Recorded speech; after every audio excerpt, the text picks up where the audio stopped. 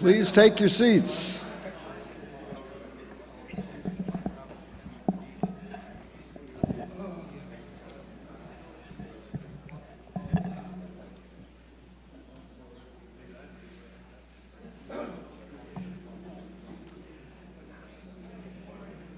Actually, this is a much more enjoyable environment for our luncheon speaker. We're not tripping over glasses or plates, what have you. It is a distinct pleasure to welcome Admiral Atkins. Admiral Atkins is the flag officer in charge of the Directorate of Operations at U.S. Southern Command. And for all of the military people, they understand what a Directorate of Operations is all about. But for those who are of a civilian nature, the Director of Operations is the man who is in charge of everything that is going on right now, all over the area of responsibility for Southern Command. He also looks a little bit into the future as to what's coming up. He has to have his hands on many, many pulses all at once. And it's a distinct pleasure to have a Coast Guard Admiral who is the J3, which adds for U.S. Southern Command. I do not believe you are the first Admiral that they have had. He is the third. But this suggests the focus of an awful lot of what Southern Command does on a daily basis. And to get the proper expertise in the position of the J3 is extremely important. And drawing upon the Coast Guard's expertise is extremely important. So, we will continue efforts in the future to support Southern Command with the colloquia that we have and many other projects that we do, because they are one of our more important customers. But more importantly, it is at the heart of just what we are doing in the military defense side in the hemisphere. So without further ado, I would like to welcome Rear Admiral Atkins and thank him for being our speaker from Southern Command today. Thank you, sir.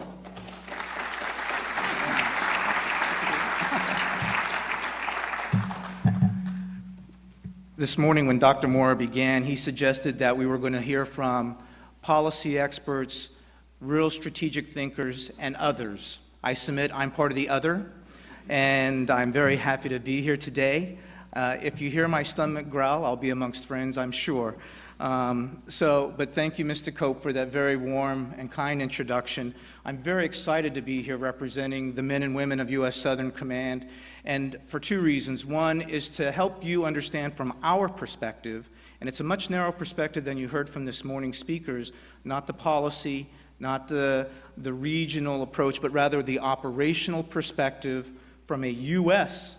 military member, how we are working through U.S. Southern Command to achieve the objectives of U.S. security, working inside the region, but recognizing that our security is tied to the regional security. So that's the perspective I'll be speaking to you on. And so one, I'm glad to be here to give you that perspective. And then two, I'm glad that Southern Command will be the beneficiary of your fine efforts and discussions here, because we are really interested to know and see the final product coming out of this colloquium. So without further ado, I want to say that we have learned very important lessons from the past decade of defense engagements, lessons that help prepare us to meet the security challenges of the coming years. While other regions of the world have been theaters of war, the Western Hemisphere has been a theater of progress. Progress in partnering, both within borders and across borders, on shared issues and common concerns.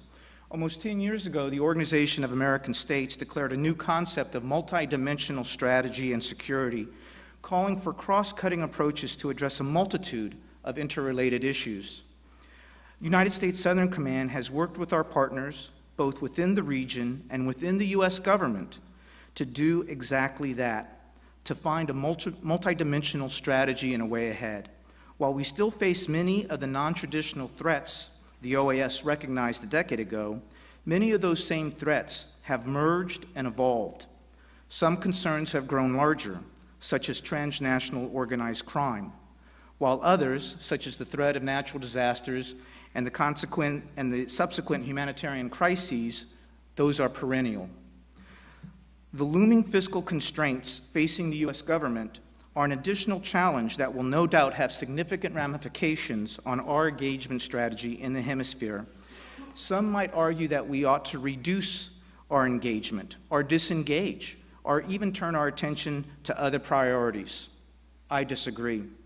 Throughout the world, U.S. military and defense partnerships are essential to ensuring our national security, but nowhere more so than within our own hemisphere, comprised of nations that share the same interest in promoting regional and global stability, freedom, and prosperity. Our strong partnerships with militaries in Latin America and the Caribbean demonstrate the importance of sustained engagement. The region is peaceful, increasingly prosperous, predominantly democratic, and home to militaries that are capable, professional, and ranked amongst the highest and most trusted institutions within their own countries. The U.S. faces many challenges in many different theaters, but the Western Hemisphere can and should serve as a model for addressing shared security concerns, a region in which challenges are met by cooperation, threats are countered by teamwork, and problems are solved by partnerships. One of the principal security threats currently facing the region, transnational organized crime. I see there's slides here. Sir, is there a clicker? Slide. Thank you. One of the principal security threats currently facing the region, transnational organized crime, is a complex, multidimensional manifestation of several interrelated facets of insecurity. During the past decade, the international system underwent a profound transformation as globalization irrevocably altered commerce, culture, trade, and technology. With these developments came the parallel globalization of organized crime, violence, murder, and kidnappings. In many parts of our hemisphere, but most acutely in Central America, transnational organized crime has evolved into a volatile and potentially destabilizing threat to hemispheric security. As if the destabilizing effects of transnational organized crime were not enough to deal with, of utmost concern for U.S. national security is the potential convergence of criminal and asymmetric threats, as evidenced by last year's Iranian plot to leverage criminal organizations to assassinate the Saudi ambassador to the United States. Further, international terrorist groups indirectly benefit from the intertwined systems of illicit trafficking and money laundering in the region. In South America, funding for Hezbollah is raised through legal avenues such as charitable donations and illegal ones, including drug trafficking and trafficking in counterfeit and pirated goods. Understanding the complex financial flows of the global illicit economy involves cooperation by the law enforcement, intelligence, and defense communities to establish a common understanding of this interconnected threat. Transnational crime, or TOC, as we refer to it at U.S. Southern Command, is currently positing a direct threat to political, judicial, and security institutions in Central America. Many Americans believe that the greater border security threat lies directly on our southwest border, when in fact there are borders well south of Mexico where that insecurity begins to take root. We face a highly adaptive network threat whose activities and operations undermine legitimate governmental and financial institutions in Central America, eroding rule of law through corruption, intimidation, and coercion. As the primary transshipment zone for hemispheric illicit trafficking, Central America is currently experiencing the destabilizing effects of TOC activities. Transnational crime organizations exploit porous borders, weak rule of law, corrupt officials, and undergoverned areas. If you could go to slide 3, please. There you go. Thank you. Although Central America is currently a focal point of concern for U.S. policymakers, it is important to note and to stress that this is not a Latin America problem. It is an America's problem, America's. Undeniably, U.S. demand for drugs fuel much of the illicit trafficking in the hemisphere. Economically, our nation is suffering the consequences of illicit drug use. It costs the United States an estimated $193 billion a year. We also see direct manifestations of the threat within our own borders. Slide, please. The National Drug Intelligence Center assesses that Mexican-based transnational criminal organizations operate in upwards of 1,000 U.S. cities, working with domestic U.S. gangs to distribute and traffic illicit drugs throughout the United States. Additionally, transnational gang leaders in El Salvador manage 5 regional programs of MS-13 cliques in U.S. cities such as Boston, Greensboro, Miami, and Dallas. This underscores the truly insidious and dangerous nature of this network threat. It's a threat to the homeland. While U.S. institutions are well positioned to counter this criminal threat domestically, the situation in Central America is decidedly more bleak. Transnational criminal organizations possess a critical enabler that most nations in Central America lack: money, enormous financial reserves. The illicit financial network associated with transnational organized crime is staggering. The United Nations Office of Drugs and Crime estimates annual gross profits from cocaine sales at $84 billion. $84 billion. $35 billion of which is generated in retail and wholesale profits in North America alone.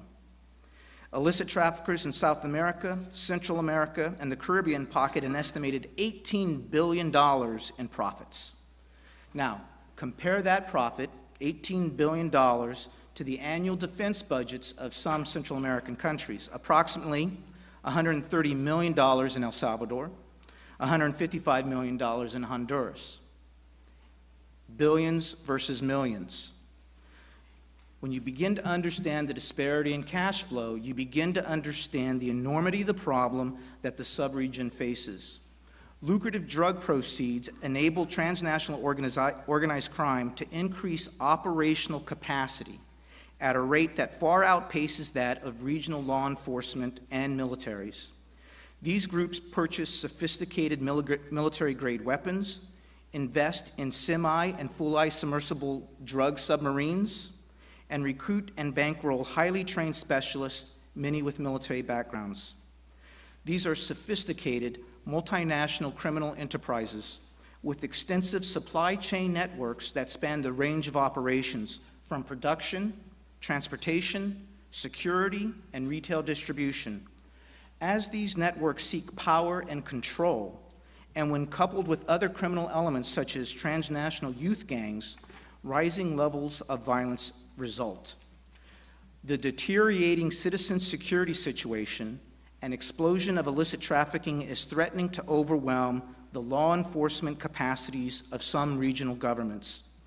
Given the enormous challenges facing regional law enforcement institutions, which are under-resourced, poorly trained and equipped, and prone to corruption, countries in Central America are turning to their militaries to respond to the threat.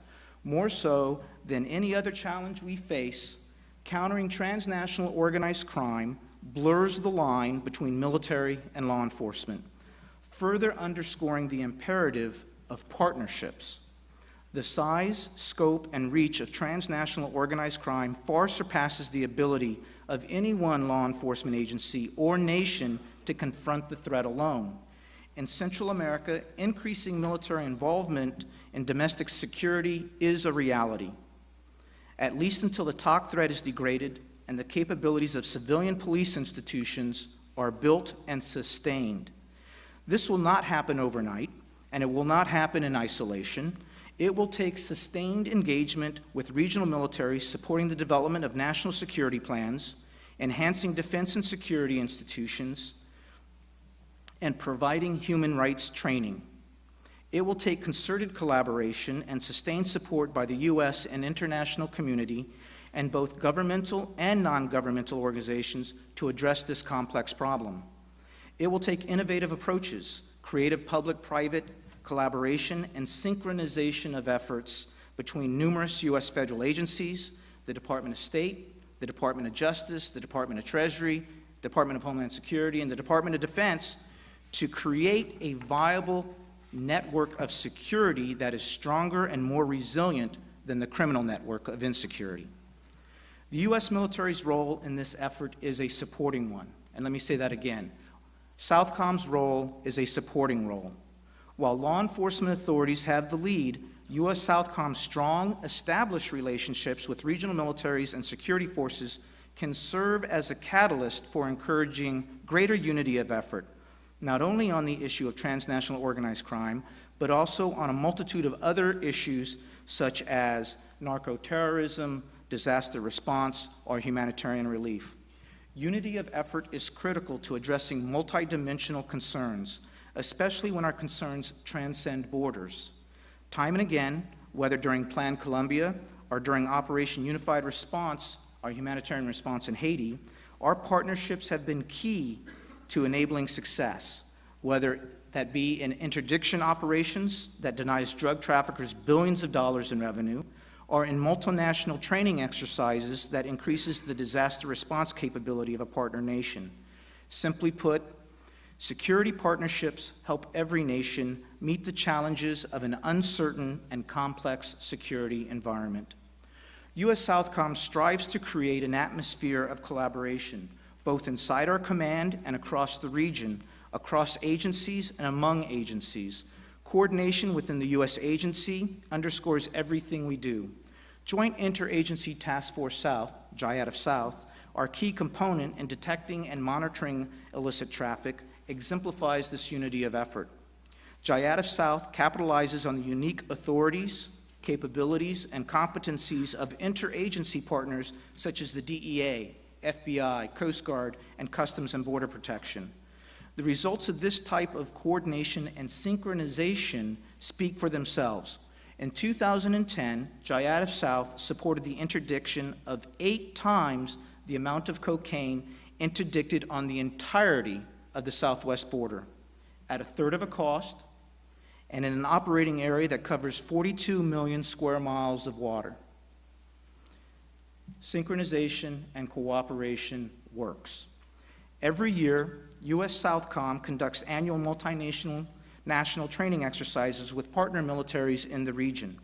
These exercises focus on strengthening the interdiction capabilities of maritime forces, developing regional security, increasing interoperability, and growing the capacity to conduct peace support operations and executing quick and responsive and effective disaster response.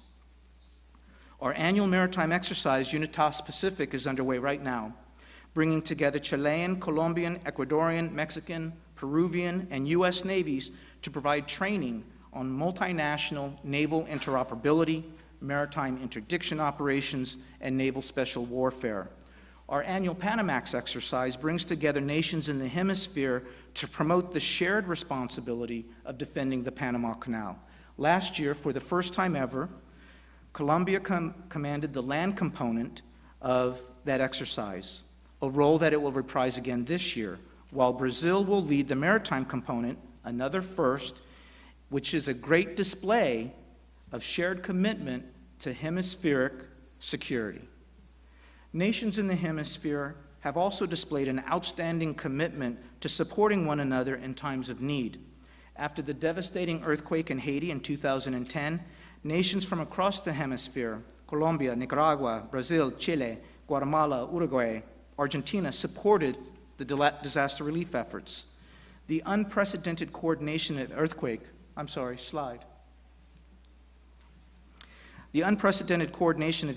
response in Haiti, followed by a subsequent one in Chile, prompted recognition among regional militaries of the need for coordinating mechanism for military support to civilian-led disaster relief operations. U.S. Southcom continues to advocate for such progress, and we contribute to regional disaster response and preparedness capabilities through our annual exercises and humanitarian assistance projects.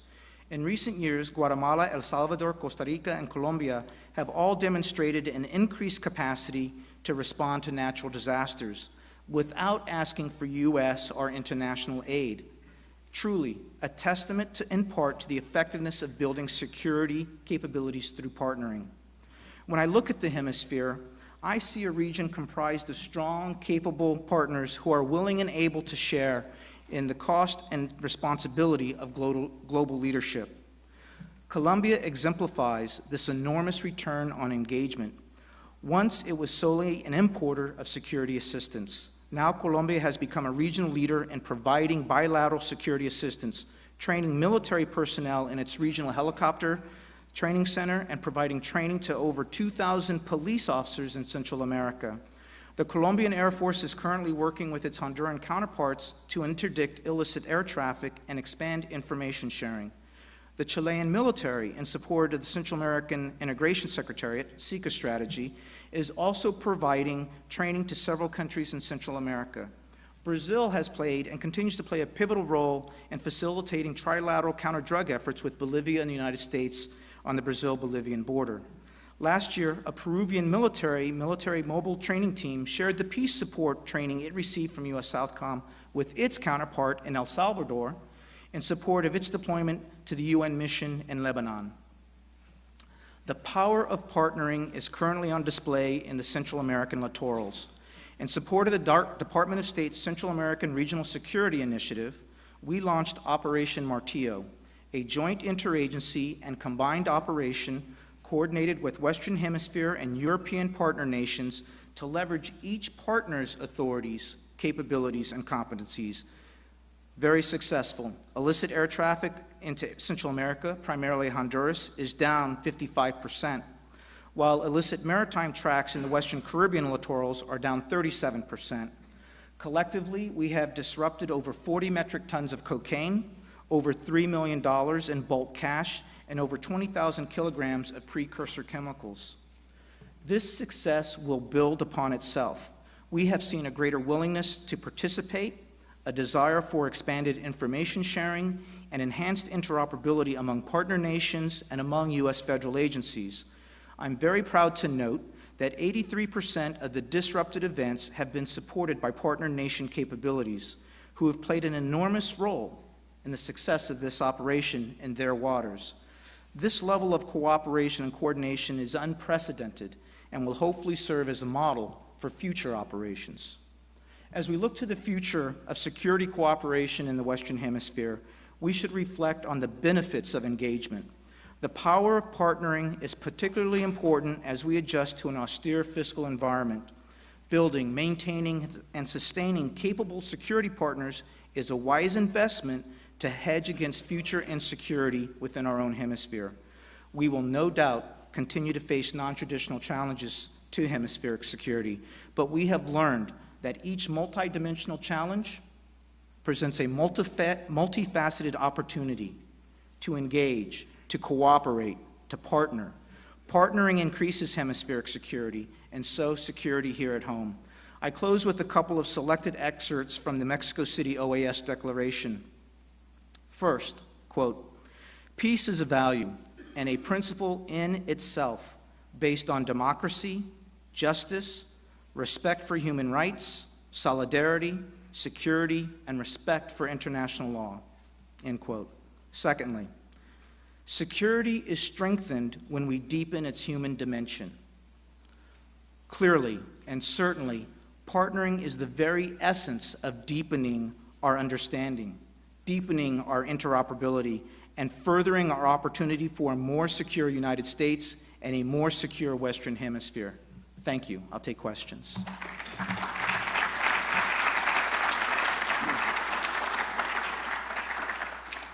Yes, sir.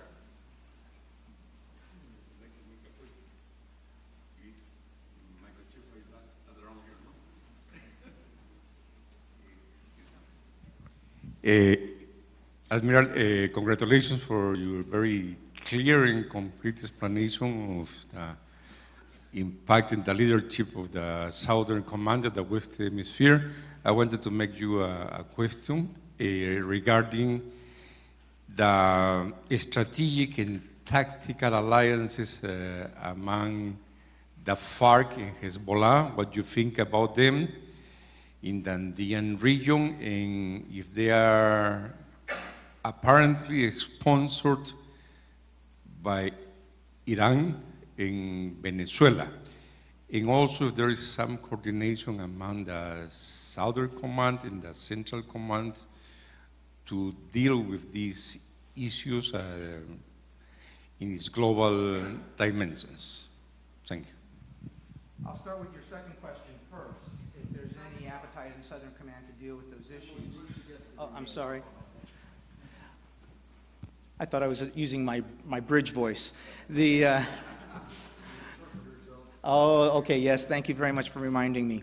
I'll take your second question first, sir.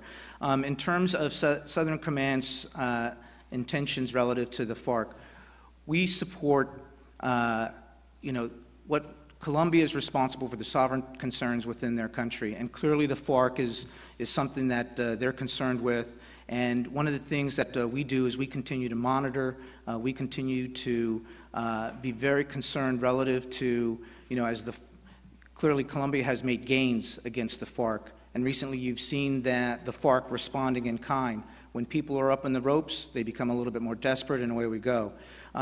Do not understand exactly where Venezuela is going. As everybody understands, Mr. Chavez's illness and the rise in violence in that country, they have an election coming up.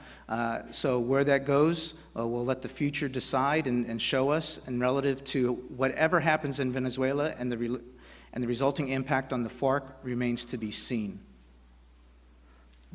Sir.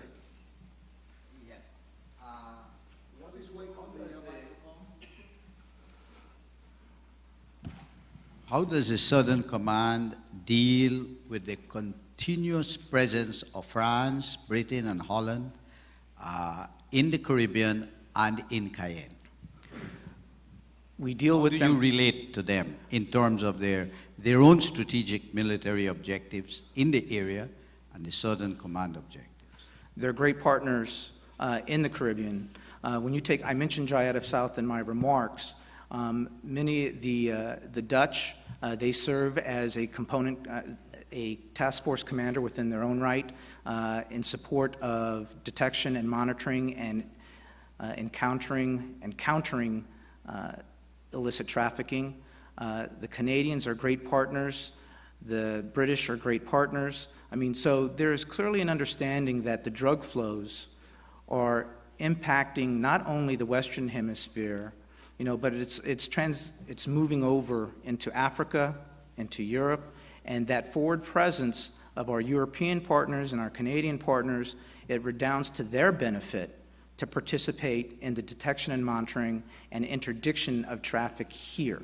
So you can choose to have an away game, or you can choose to defend at the goalpost. Defense in depth is a preferred strategy in my view, and so working with our European partners has been a critical enabler to our success, our joint success. There was another question. Sir.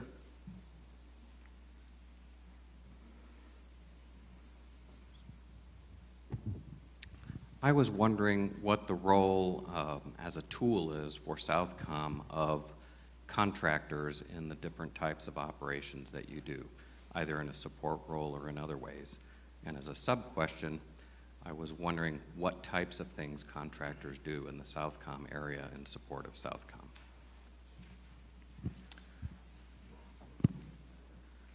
I can't give you the dollar figure. I'm searching on my brain for the dollar figure of how much contracted support the U.S. Southern Command goes for, but clearly we do depend upon contractors to provide us additional capability and capacity in certain regards. At the headquarters level, I know that a number of the folks who work for me, they're providing an additional analysis. They're also providing additional capacity just to turn out the products that we need to in terms of just maintaining a headquarters element.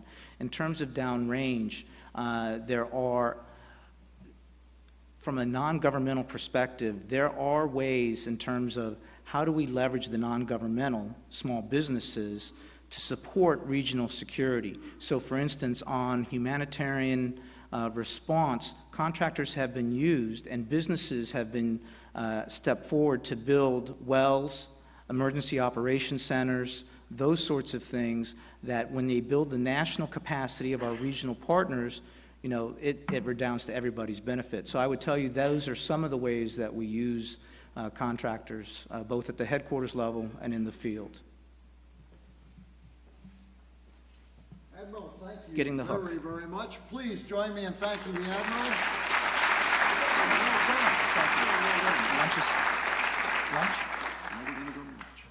As an Admiral, you never miss an opportunity to give good news. Now lunch is served. Thank you very much. The way to get to lunch is to go out into the foyer here, turn left, follow that hallway until you get to Marshall Hall, and then keep going straight ahead. You will see the room on the other side of the middle of Marshall Hall. There will be a room on your left, which is where we're going. We mentioned Joint Interagency Task Force South. There's a very good document here, one of our strategic perspectives, that looks at Joint Interagency Task Force South, which is probably the best known but least understood interagency success in dealing with counter-narcotics, and that's what this is all about. Thank you all very much. Wonderful morning. Let's go and have some food.